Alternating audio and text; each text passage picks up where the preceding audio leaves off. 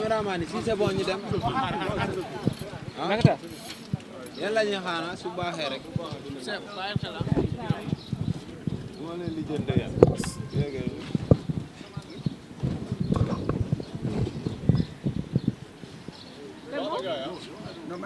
bonjour monsieur le ministre, aujourd'hui quel est l'objet de votre visite ici au Conseil constitutionnel? Merci beaucoup.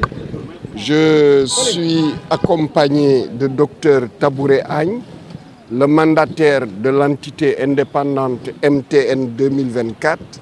Nous sommes venus ici au Conseil constitutionnel déposer notre recours. Il faut souligner que le 3 janvier déjà, Dr Tabouré Agne était venu déposer un recours. Donc notre venue aujourd'hui, c'est renouveler la requête que nous avions déposée à ce moment-là. Puisque vous le savez, nous avons reçu 2 procès-verbaux, un procès-verbal de dépôt de dossier dans lequel nous avons 51 267 parrains et un procès-verbal lors du contrôle des parrainages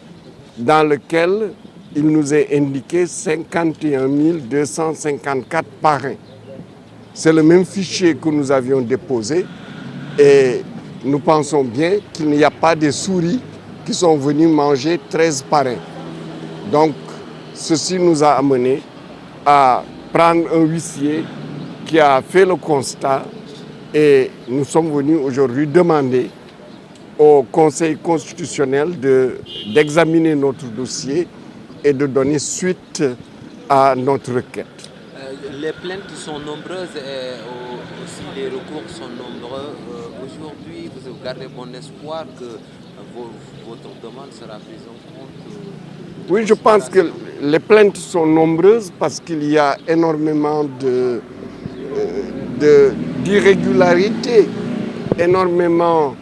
de constats qui ne satisfont pas les candidats ou leurs mandataires. Et cela, évidemment, fait en sorte que, pour la première fois dans l'histoire politique du Sénégal, vous avez autant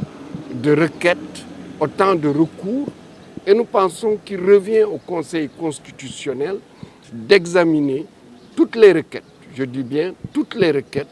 de les examiner dans le fond comme dans la forme et d'y apporter des solutions. Face à votre volonté d'assiéger toutes les requêtes, est-ce que le timing nous vous permet, il y a plus de temps, nous sommes à la veille à la dernière ligne droite de l'élection présidentielle, est-ce que vous gardez bon espoir? Vous savez, le temps importe peu. Ce qui est important, c'est que l'élection se passe dans le respect des procédures, dans la transparence et dans l'inclusion.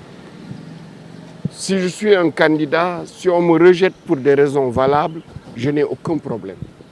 Si par contre on me rejette pour des raisons qui ne le sont pas, évidemment, cela n'est pas bon pour la démocratie sénégalaise, cela n'est pas bon pour les élections et cela fera en sorte que, au sortir des élections, il y aura nécessairement un contentieux et je pense qu'il vaut mieux régler les contentieux avant les élections plutôt qu'après les élections. Est-ce que le nombre important de réclamations enregistrées ne peut pas être un prétexte pour un probable report des élections? Je vous l'ai dit, je l'ai dit à vos confrères depuis longtemps, je suis foncièrement contre le report des élections. Je le dis, ce pays a une tradition de respect de l'élection présidentielle. C'est la seule élection qui a eu très peu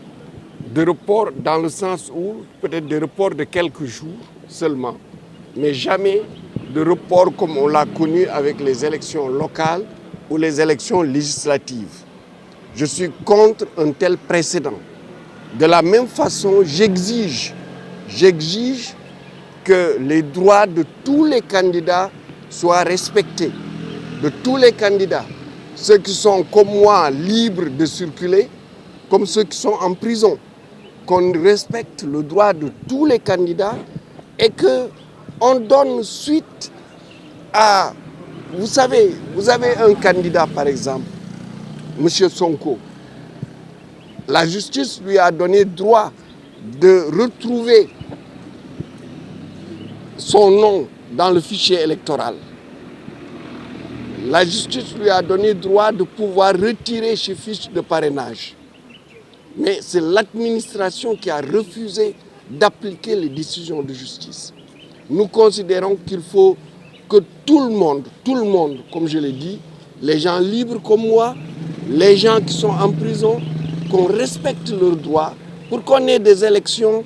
transparentes, des élections inclusives et pour lesquelles il n'y aura pas de problème. Celui qui va gagner ou celle qui va gagner, mais tout le monde applaudira après et se mettra au travail autour de cette personne. Monsieur le ministre, tey lan moo waral sa teewaay bi ci barab bi nga xam te ne mooy conseil constitutionnel. waaw dama ñëw fii ànd ak docteur Tabouré Agne moom mooy sama mandataire u entité indépendante MTN 2024 ñu ñëw déposer recours xam nga bu conseil constitutionnel defee décision ni diw ak diw ñoom la ñu tabb ñu nekk candidat provisoire léegi ñëpp mun nañu def recours ñun defoon nañu recours 3 janvier dañu ñëw rek baamtuyaat ko ndax dañu gis ni ñun ñaari procès verbal yi ñu conseil constitutionnel jox bi jiitu mooy bu ñuy déposer suñu candidature docteur Tabouré Agne bu mu ñëwee di déposer suñu candidature boobu procès verbal dafa ni ñun am nañu 51 267 parrains bu mu dellusee ñuy def contrôle des parrainages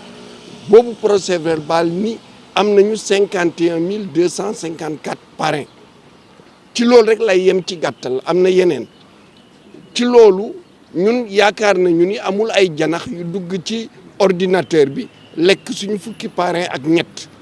bon dañu soxla ñu vérifier yaat suñu mbir bu baax a baax te ñu vérifier aussi mbiru ñëpp ñi fi ñëw nga xam ni dañu laaj ñu vérifier seen candidature nañ ko vérifier ndax lu jaar yoon rek la ñu soxla ñun suñu waxee ne amoo dëgg te mu jaar yoon amul benn problème dañu koy nangu wante lii candidature lii recours yi sakk ne moo di ñu bare gëm nañu ni am na lu bare lu jaarul yoon dama koy waxal nag sama bopp waxal ko candidat yi nga xam ne ñu ngi mel na man di doxantu ci biir Dakar ak candidat yi nga xam ne ñu ngi leen tëj ci kaso te ñoom it am nañu droit te war nañu leen aussi jox seen droit bi mu mat sëkk. waaye maanaam waa wure gi dem na këng rapport yi bëri nañu plainte yi bëri nañu te élection jot na tey am ngeen yaakaar ni dinañ ko mën a càmbar ci diggante boobu na wala da ngeen fas yéene ñu reporter élection bi. man de li ma gëm mooy élection yi war na am le 25 février ndax reporter élection moo di dugal ci suñu réew loo xam ni musu fi am pratiquement parce que élection présidentielle donte yenn saa yi danañu ko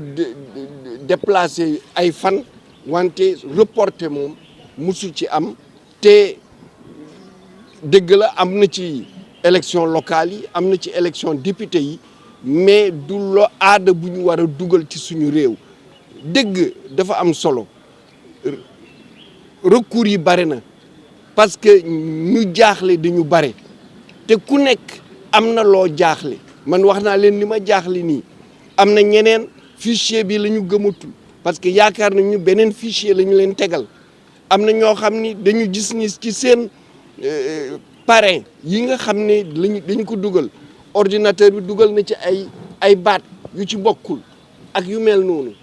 loolu yëpp dafa wane ni tamit boole koo xam ni ku mel na président Sonko moom justice ci boppam moo ni woon nañu ko delloo ci fichier électoral bi ñu bañal ko jox ko fiche parrainage am bañal ko mu fay caution conseil fallait cour caisse de dépôt et de consignation donc ñooñu ñëpp ku nekk sa dëgg nga nekk te yaakaar naa conseil constitutionnel ñi fi nekk ay njiitu yoon yu xarañ lañu yu am solo lañu war nañu mun a dogal ci lépp delloo ku nekk sa warugar delloo ku nekk sa yelleef te du tardel dara bon ñun dañu ni élection yi nañu ko tenir le 25 février képp koo xam ni def nga recours nañu xool sa recours bu baax traité ko légalement muy kii mel na man di doxantu ci réew mi ak ki nga xam ne mu ngi ci kaso bi nañu traité ñëpp bu baax. Monsieur le ministre mbirum ñaari nationalité yi nga xamante ne dañ koy yëkkati fan yi ci débat yi am nga si gis-gis. man sama gis-gis rek mooy constitution Sénégal li mu wax nañu ko defal ñëpp loi code électoral li mu wax nañu ko defal ñëpp loolu rek laa ciy wax. jërëjëf.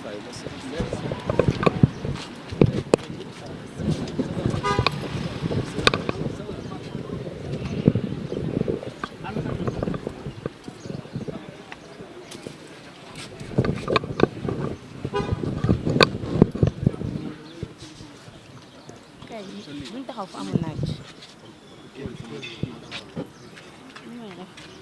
sama loxo bi moo doon leen del bàyyi xale yooyu di téye micro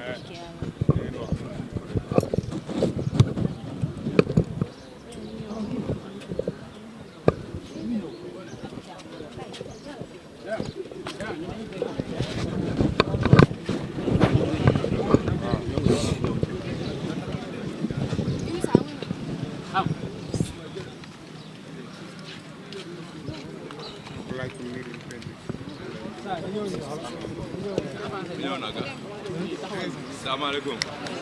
na ngeen def alhamdulilah Alpha Thiam parti force nouvelle dimbali sa réew ni ñu taxee baax na wala ma ñëw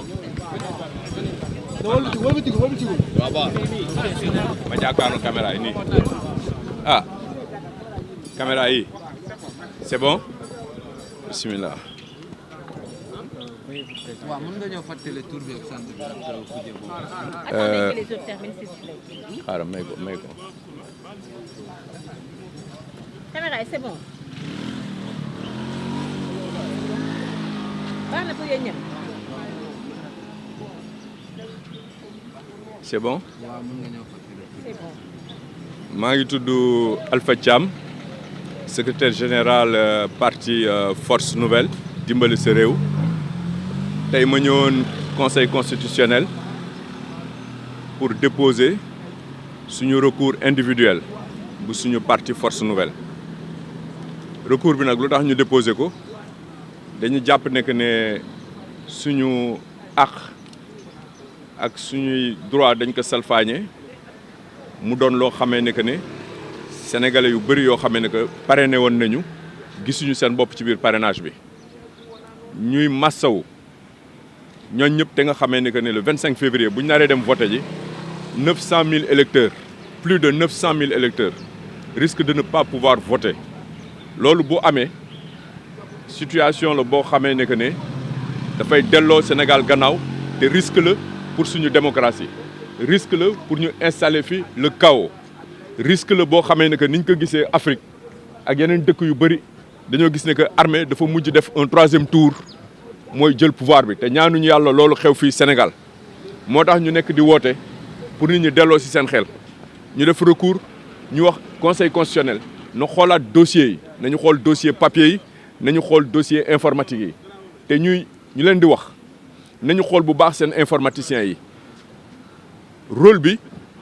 compétences yi sont dévolues au conseil constitutionnel donc du informaticiens yi ñoo war a def liggéey bi à la place du conseil constitutionnel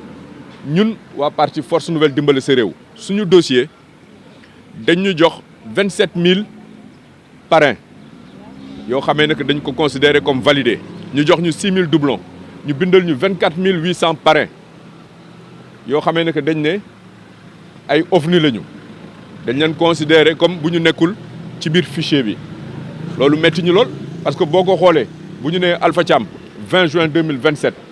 mooy date d'expiration de sa carte d'identité carte électeur am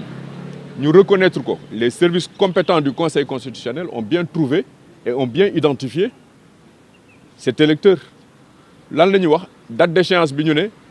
24000 yëpp dafa am -1 bu ñu ci def mooy dañ ci teggi benn chiffre pour dire que donc loolu mooy logique gu invalidation bi loolu dañ koy ñaawlu parce que c'est pas le cas bu ñu ko confronté ak suñu clé initiale c'est pas vrai c'est faux. Donc il y a eu des manipulations de données, il y a eu des traitements. À quelle fin? Aux fins d'exclure des candidats. Et nous le dénonçons parce que am na candidats yu bëri yoo xamee ne que ne seeni parrainage dafa mat donc dañ ñëw fii nii tey pour ne ñooñu candidats yooyu nañ leen delloo seen parrainage ñu boole leen ci biir course bi ñu delloowaat ci encore donc nañu étudier bu baax fichier yi ñu xoolaat recours individuels yi ñu bañ ko paraxee ñu xool recours yi bu baax ku si nekk koo xamee ne que dafa war a dellu ci course bi ñu delloo ko ci course bi parce que dafa am ay nit yoo xamee ne que dañu def confiance ñu nekk fi pour représenter leen donc nañ delloo nit ñi seen àq ak seen yelleef Sénégal mérité wul lii bi ñuy jël pouvoir bi waa Bennoo dañ fi fekk démocratie boo xam ne dañ ko doon citer en référence dans le monde et en Afrique li nga xamee ne que moom la ñu constaté mooy suñu démocratie dafa dellu gannaaw léegi nag conseil constitutionnel am na une énième chance pour defaraat toogaayam pour def li nga xamee ne que moo war pour ñu mën a am des élections libres transparentes inclusives yoo xamee ne que candidats yëpp dañuy bokk loolu la ñuy ñaan yàlla mooy jàmm yàgg fii nii ci Sénégal ku mel ni Ousmane Sonko lu tax ñu koy dàq ak keneen ak keneen ñu ngi def ay manœuvres pour wan ñu ne que dañoo bëgg a dàq Karim wala dañoo bëgg a dàq keneen ak keneen loolu du yoon du dëgg nañu bàyyi ñi nga xamee ne que dañu war a dem élection ñu dem élection peuple bi tànn souverainement ki nga xamee ne que moo war a falu ñun nag à titre personnel dañuy woote ci suñu parti bi bu laajee ñu reporter élection yi nous appelons à des reports su fekkee ne que daf ko laaj ñu tijji beneen dialogue su fekkee ne daf ko laaj conditions yi réunir pour ñu mën a dem dans des élections libres transparentes et inclusives yàlla na jàmm yàgg Sénégal jërë ngeen jëf. Dans le cadre du report des élections aujourd'hui en français, quelle est la volonté de votre parti ou mouvement politique? C'est un parti légalement constitué du nom de Force Nouvelle Dimbali Sa Réew. Nous appelons aujourd'hui à des élections libres, transparentes et inclusives. Si cela nécessite un report des élections, nous sommes pour le report. Si cela nécessite une révision du calendrier, nous sommes pour une révision du calendrier, pour que ces élections soient libres, transparentes et encore une fois permettent à l'ensemble des compétiteurs, y compris Ousmane Sonko, y compris tous ceux qui ont été recalés, s'il faut étudier sérieusement leur fichier, il faut l'étudier sérieusement. Et si ça nécessite un report, il faut faire ce report. Nous avons constaté que la DGE, la Sénat, le Conseil constitutionnel ne travaillent pas sur le même fichier. C'est presque hilarant. C'est regrettable dans un pays comme le Sénégal. Donc ce qui a été fait aujourd'hui au niveau du Conseil constitutionnel, on se pose la question de savoir sur la base de quel fichier ont-ils travaillé. Ils ont travaillé sur la base du fichier de 2017, de 2018, de 2019 ou de 2020. Si tel est le cas, force est de constater qu'il y a beaucoup d'électeurs qui ne sont pas inscrits dans ces fichiers, d'où les rejets constatés. Pour que ce travail soit sérieux, il faut leur donner du temps. Et nous sommes pour que le Conseil puisse saisir, encore une fois, cette chance exceptionnelle qui leur est offerte à travers les recours individuels, à travers le recours contentieux qui a été posé. Il faut ouvrir un dialogue plus sérieux, un dialogue plus inclusif, qui puisse nous permettre d'aller à des élections où le peuple sénégalais souverain pourra choisir librement son président. Merci beaucoup. Jërë ngeen jëf.